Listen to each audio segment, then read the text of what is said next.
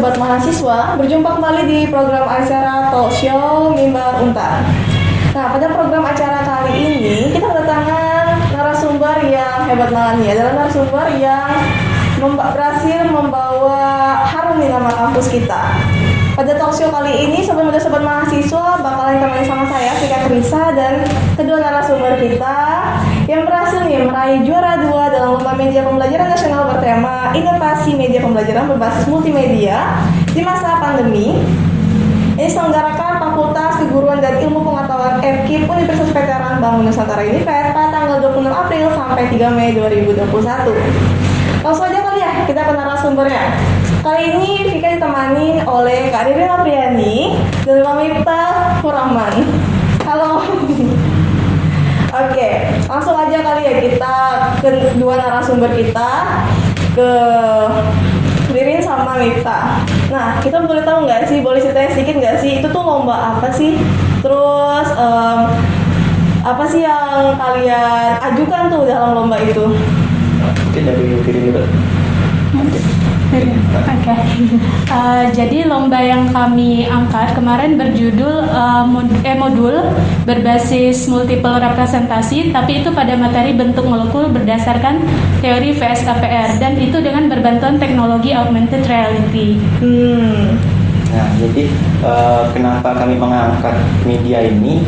Karena sebagaimana kita tahu, materi kimia itu kan banyak yang mengandung konsep-konsep yang abstrak. Nah, jadi itu adalah tantangan pada masa sekarang. Bagaimana kita sebagai pendidik atau sebagai calon pendidik, bagaimana cara kita ingin menyampaikan konsep-konsep yang abstrak itu agar mudah dipahami oleh siswa atau peserta didik yang ada. Nah, jadi kami mengambil augmented reality sebagai salah satu sebagai salah satu aplikasi yang bisa berpotensi untuk menyelesaikan masalah tersebut, tentang masalah penyampaian materi yang abstrak. Nah, jadi pakai media ini kami angkat.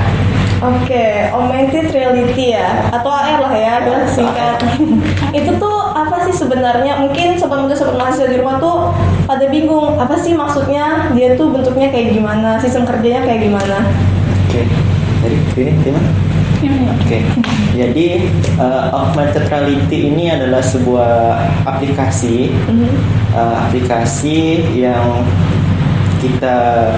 kita semua bisa kembangkan di suatu platform yang namanya Unity Engine. Di Unity Engine ini semua pengembang atau developer itu bisa memasukkan semua objek 3D ke dalam Unity Engine ini dan mengcodingnya dan memberikan animasi objek-objek 3D tersebut menjadi bisa bergerak atau sebagainya.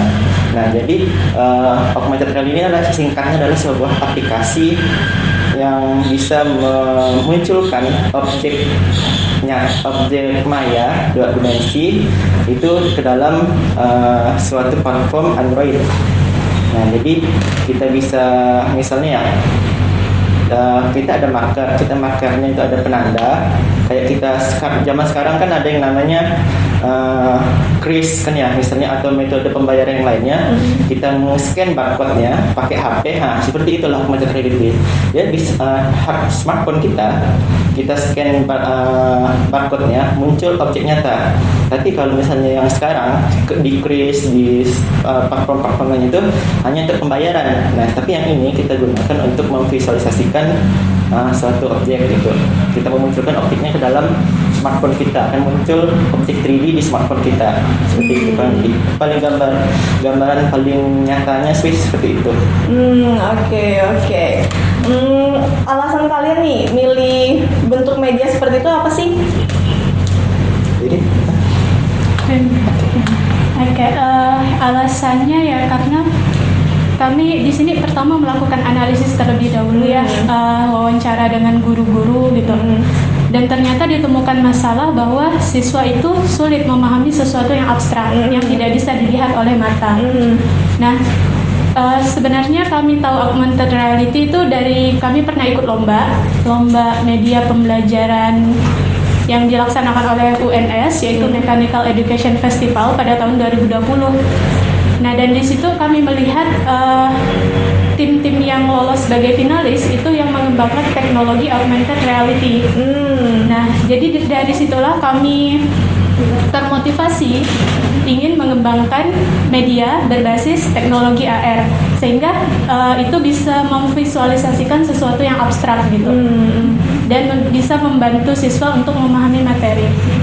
Seperti itu. Oke, wah keren banget ya sobat muda, sobat mahasiswa. Ini para mahasiswa, para siswa itu udah nggak kesusahan lagi dong untuk memahami materi. Kalau misalnya udah ada media seperti ini, cukup scan aja atau pakai sensor kamera ya, pakai sensor kamera ke gambarnya, ntar gambarnya bisa bergerak sendiri. Seperti itu kan penjelasannya.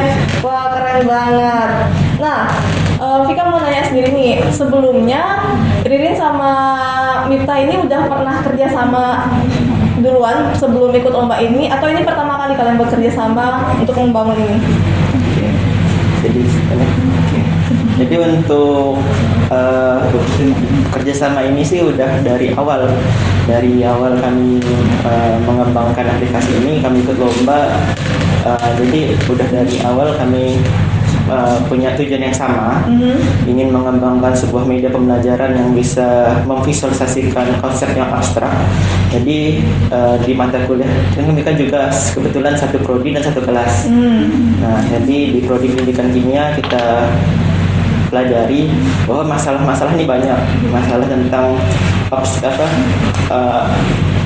tentang materi-materi abstrak itu banyak dalam pendidikan kimia, dalam mempelajari kimia. Nah, jadi kami punya satu pandangan, satu visi. Kita ingin berdua ini menjadi tim. Kita ingin mengembangkan sebuah media pembelajaran yang bisa memvisualisasikan konsep yang abstrak seperti itu. Wah keren banget ya. Nah, kalau belajar kimia nih ya, kalau misalnya ngomongin kimia itu kan sebagian orang mikir kimia itu kayaknya susah deh ya. Terus kayak apa sih? Kayak cuma ada rumusan senyawa kimia, terus juga penjelasan juga ala kadarnya lah kan di buku. Berarti dengan adanya aplikasi ini bisa buat siswa lebih semangat lagi dalam belajar, terus ngerasa mungkin bisa dibilang aplikasi ini aplikasi yang menyenangkan untuk belajar. Iya. Karena sebelumnya kami kan sudah melakukan studi literatur bahwa media pembelajaran AR ini adalah media yang sedang tren di zaman sekarang, di era digitalisasi. Banyak sekali peneliti-peneliti yang ada di luar sana, di Amerika ataupun di luar sana lah yang jelas. Pembelajaran kimia, khususnya di pembelajaran kimia sudah mulai banyak peneliti yang tertarik menggunakan aplikasi ini untuk memvisualisasikan objek-objek konsep-konsep yang abstrak. Nah, jadi seperti itulah yang dibayangkan. Oke, di Indonesia sendiri udah ada belum sih aplikasi yang seperti ini? Atau ini yang pertama nih yang dibuat sama kakak dan abang? Nah, kalau yang terkait itu, kami sih berdasarkan yang kami studi literatur kami sudah lumayan banyak, tapi untuk kimia sendiri itu masih minim, tidak terlalu banyak, tapi ada gitu. Jelas penelitian itu ada di Indonesia, tapi masih minim. Jadi kami melihat itu adalah potensi yang besar kami lihat. Jadi kami mencoba untuk mengembangkannya, dan alhamdulillah kan dengan usaha, doa dan ikhtiar kami bisa melewati semua cobaan, semua halangan yang pernah kami rasakan mengembangkan media ini. Karena jujur media ini kami tidak ada latar belakang programming, tidak ada. Jadi kami semuanya hanya belajar dari YouTube dengan pengalaman ala kadarnya aja gitu. Wow, keren studio.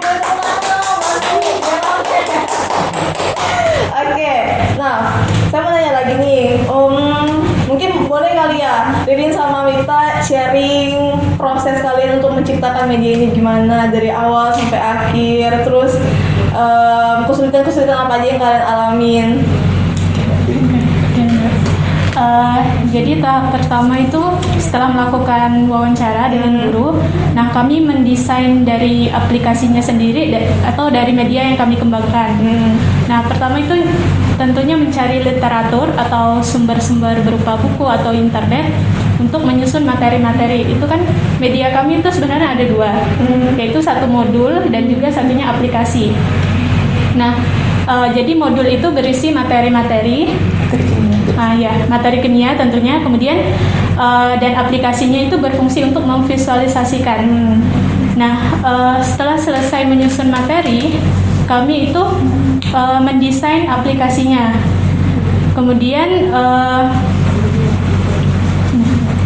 setelah mendesain, kita ada lagi menyiapkan softwarenya, menyiapkan alat bahannya, menyiapkan hal-hal yang diperlukan untuk mengembangkan. Setelah kita punya desain, sudah, kalau istilahnya dalam penelitian kami itu ada storyboardnya. Kalau dalam penelitian kami kita ada storyboardnya, sudah sampai storyboardnya jadi, kita masuk ke tahap pengembangan. Nah, di tahap pengembangan ini kami mulai untuk mengembangkan media yang sudah didesain di storyboard. Nah, disitulah proses kami yang berinteraksi langsung dengan Unity Engine-nya. Kita kan pertama Unity Engine, habis itu yang paling utama juga itu adalah objek 3D-nya. Kita harus membuat objek 3D-nya kan di media ini ada bentuk-bentuk molekul. Kalau media yang dilombakan kemarin itu adalah tentang materi bentuk molekul.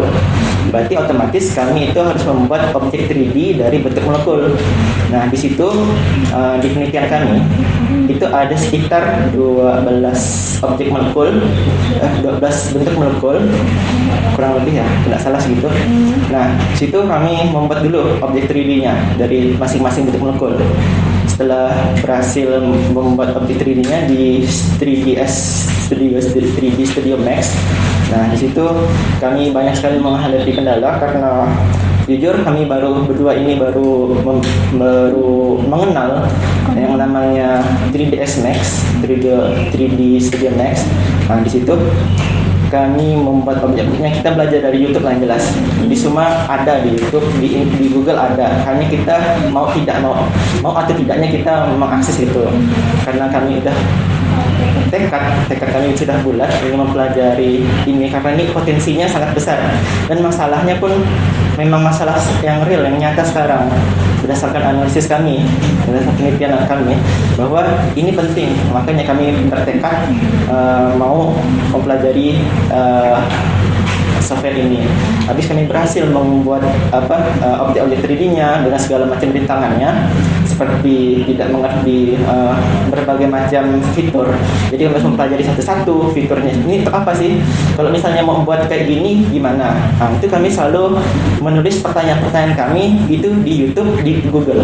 Pasti kalau tidak mungkin 100% sama seperti yang kita inginkan, tapi pasti ada yang mirip-mirip. Nah, kita melihat itulah yang mirip-mirip nih, gimana dia begini, berarti ke kita kayak gini. Nah, itu berdasarkan tutorial yang ada. Jadi setelah membuat objek 3D-nya, itu kita masukin ke dalam Unity Engine. Nah, di Unity Engine ada lagi masalah baru. Sudah tadi di objek 3D-nya membuat objek 3D-nya lumayan sulit. Habis itu masukin ke Unity Engine. Di situ harus mengcodingnya. Jujur kami tidak pernah belajar coding, tidak pernah, karena background kami ini pendidikan kimia, tidak ada yang kuatnya dengan programming-programmingnya.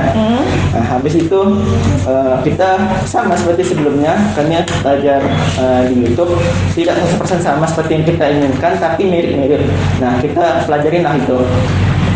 Setelah kita masukin codingnya, habis itu kalau penelitian Kak Ririn ini pakai keyframe. Nah, kalau saya ada pakai coding, tapi keyframe-nya tidak terlalu banyak.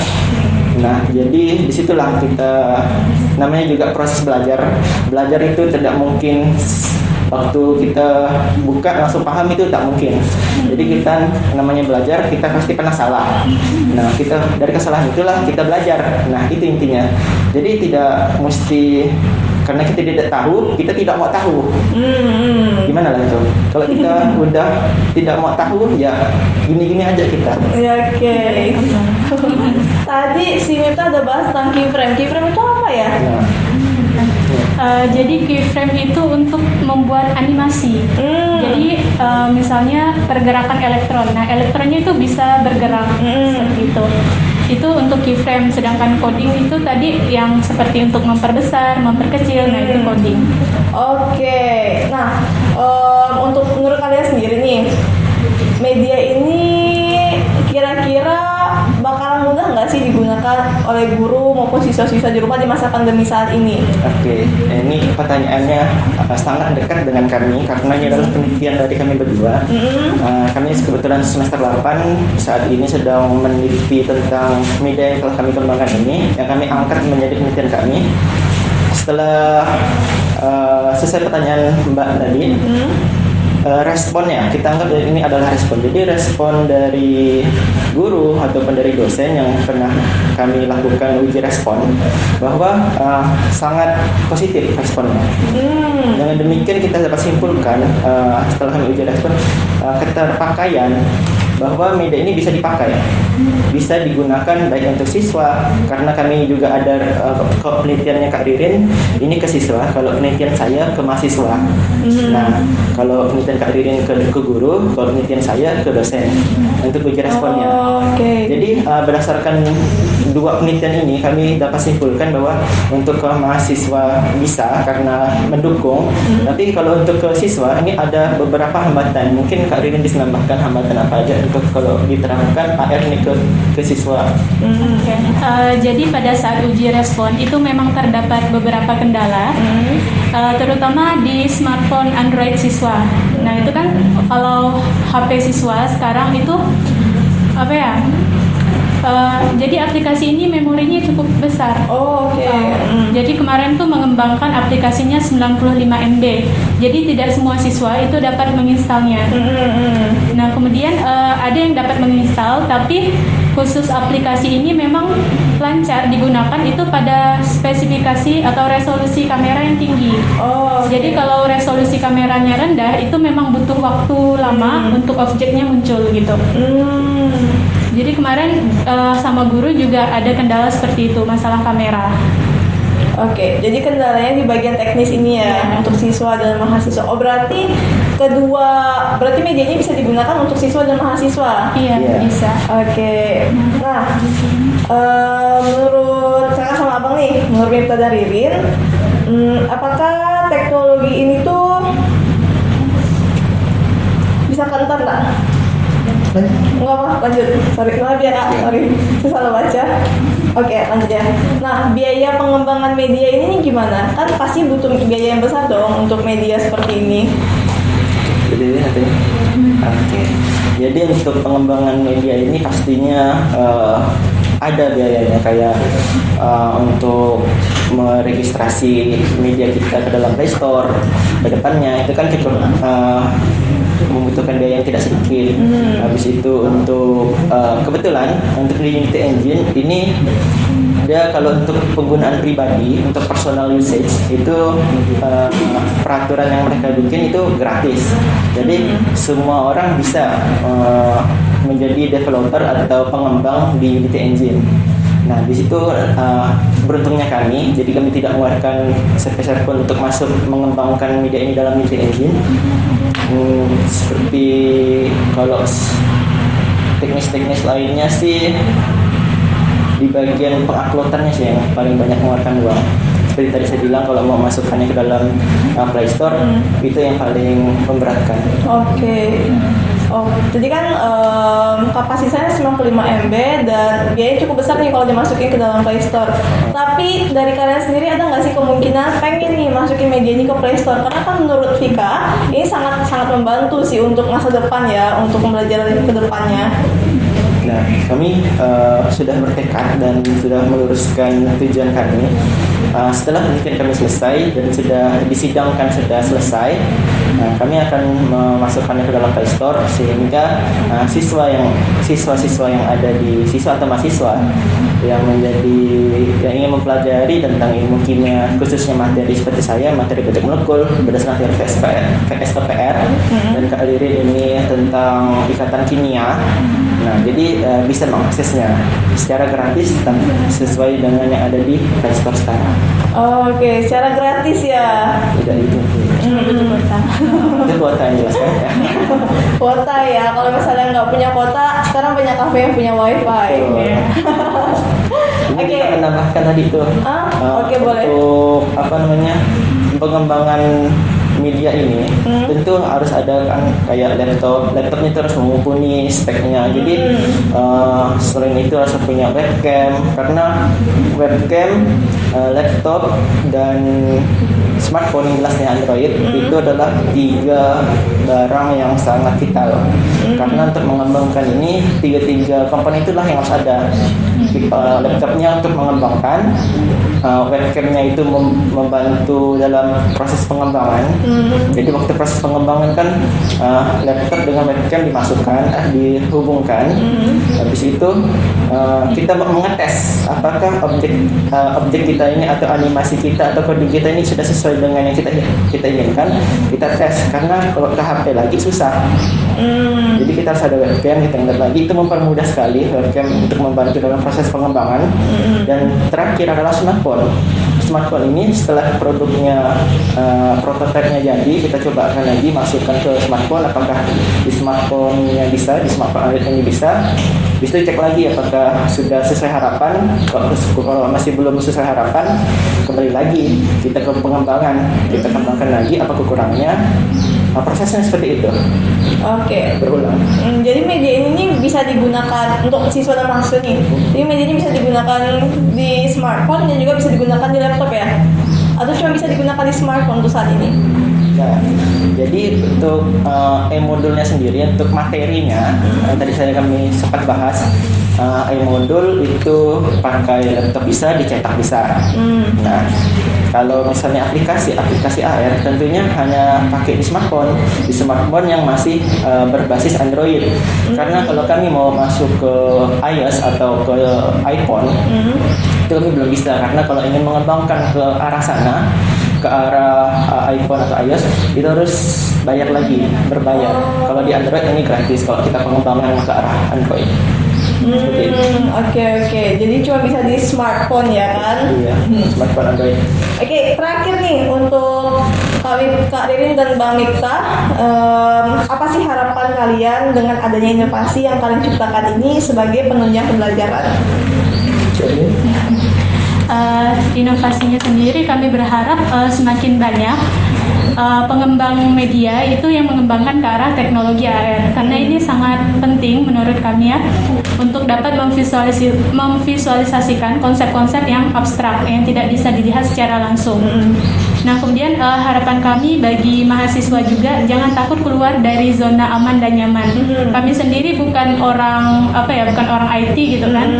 Jadi kami tidak pernah sama sekali mempelajari tentang coding, tentang pemrograman dan lain sebagainya. Dan ini kami memberanikan diri memang keluar dari zona aman dan nyaman gitu. Oke. ya, seperti itu. Dari Bang Abangnya sendiri? Oke. Baiklah, kalau pendapat pribadi saya sama, kurang lebih kayak pendapat Kak Ririn tadi. Untuk teman-teman semua, bahwa kita jangan terlalu suka dan terlalu enak di zona nyaman kita. Jadi kalau kita terlalu enak dan terlalu nyaman di zona nyaman kita itu bisa terbuai gitu kan. Kita tidak bisa peka terhadap masalah yang ada di sekitar kita. Padahal masalah ini nyata gitu, ada di depan mata kita, bahwa siswa, karena kita semua pernah jadi siswa, bahwa mempelajari ilmu terutama ilmu sains, terlebih lagi ilmu kimia, itu banyak sekali konsep-konsep yang abstrak. Kita tidak mengerti apa yang dibahas oleh guru di depan, karena itulah sifat dari materi kimia abstrak. Nah, bagaimana caranya agar penyampaian pembelajaran di masa depan itu guru menyampaikan materi, siswa paham. Nah, itu kan intinya. Masalah itu ada sampai sekarang dan sedang banyak sekali peneliti ingin menyelesaikan masalah tersebut. Jadi kami juga ingin berkontribusi, kita juga ingin punya tekad bahwa ini adalah potensi aplikasi ini berpotensi untuk menyelesaikan masalah tersebut. Nah, untuk teman-teman semua juga bahwa kita ini jangan terlalu pesimis gitu. Kami berdua aja tidak pernah belajar tentang coding, tidak pernah mempelajari apa itu 3D Max. Tapi karena kita ingin belajar, karena sekarang kan udah di era digitalisasi, sudah informasi itu terbuka bebas, siapapun bisa mengakses. Di YouTube, di Google semua ada. Bagaimana caranya? Apa kita mau atau tidak? Itu intinya. Kalau kita mau berusaha, pasti ada jalan. Saya yakin itu. Kami berdua yakin itu. Nah, jadi intinya teman-teman harus memiliki pemikiran yang positif, bahwa yakin bahwa bisa melewati tantangan yang ada. Seperti itu. Oke. Nah, sebelum penutupan mungkin saya memberikan sedikit closing statement. Kami bukan seorang programmer, kami hanya mahasiswa ilmu kimia, pendidikan kimia. Kalau kami tidak mau dan tidak mencoba, maka kami tidak bisa. Tapi karena kami mau dan kami mau mencoba, makanya kami bisa. Terima kasih atas hari ini. Terima kasih sobat muda sobat mahasiswa yang sudah mengikuti talkshow dari awal sampai akhir. Saya Pia Risa pamit undur diri. Sampai jumpa.